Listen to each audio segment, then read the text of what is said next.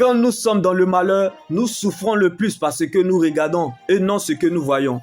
Pendant que les gens pensaient et regardaient Joseph comme un jeune esclave, Dieu voyait le futur gouverneur de tout l'Égypte. Alléluia. Pendant que les gens pensaient et regardaient David comme un insignifiant, Dieu voyait le futur roi de tout Israël. Pendant que les gens pensaient et regardaient Élie comme un clochard, un sans-papier, un SDF, un sans-abri, Dieu voyait un prophète des nations. Pendant que Abraham regardait Ismaël, Dieu voyait Israël. Quand nous sommes dans le malheur, nous souffrons le plus parce que nous regardons et non ce que nous voyons. La foi ne regarde pas, elle voit. La foi n'informe pas, elle confirme. La foi ne survit pas, elle se vit. Quand on a tout perdu, on n'a peur de rien. Quand on a tout perdu, on n'a peur de rien. On fonce et on a le résultat. Quand tu es venu pour perdre, tu n'as peur de rien. La mort est la plus grande humiliation. Donc, bien aimé, la mort est le meilleur conseil que je connaisse. Le piège est d'éviter de penser que vous ne devez rien perdre dans la vie. Le piège est d'éviter de penser que vous ne devez pas perdre quelque chose sur la terre. Car vous n'avez rien apporté, vous ne pouvez rien apporter. Vous êtes venu nu, vous retournerez nu. Ne vous faites pas de soucis de ce qui ne peut pas ajouter un seul jour à votre existence. Quand nous sommes dans le malheur, nous souffrons le plus parce que nous regardons et non ce que nous voyons. Bien-aimé, Lazare était dans la tombe, mais la révélation n'était pas dans la tombe. Quand nous sommes dans le malheur, nous souffrons le plus parce que nous regardons et non ce que nous voyons.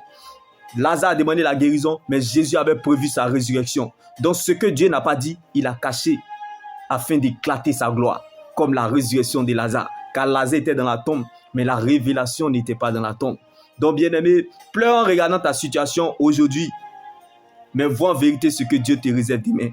Car ce que Dieu te réserve est plus grand que ce que tu regardes ou vois aujourd'hui. Celui qui a fait le testament est vivant. C'était fini pour Ézéchias.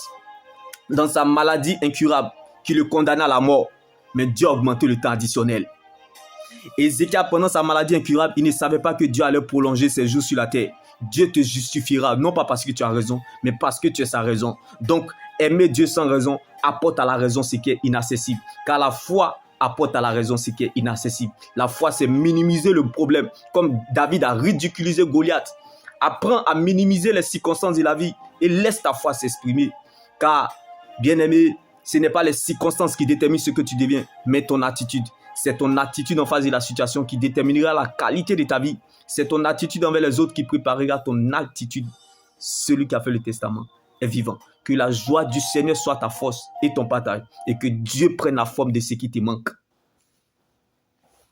N'oublie surtout pas, la vie est ce que nous pensons. Donc le diable cherchera toujours à te montrer ce que tu penses. Mais l'éternité est ce que Dieu pense de nous. Dieu te fera toujours apprécier ce que tu es. Car ce n'est pas la joie du moment qui compte pour Dieu, mais plutôt la finalité de son plan qu'il a déjà établi pour notre vie. Goliath était plus grand que David, mais la grandeur de David était Christ. Donc là où est ta richesse, c'est là où se trouve ton cœur. Bien-aimé, David a regardé Goliath, mais il a vu l'avantage. Donc derrière ce problème se cache une grande opportunité, car il n'y a pas d'homme sans lumière. Donc derrière cette ombre vallée de la mort ou de périodes difficiles se cache la lumière, qui est Christ, la lumière du monde. L'abondance de nos problèmes révèle que Dieu est avec nous, comme Goliath a révélé David et Judas a élevé Jésus.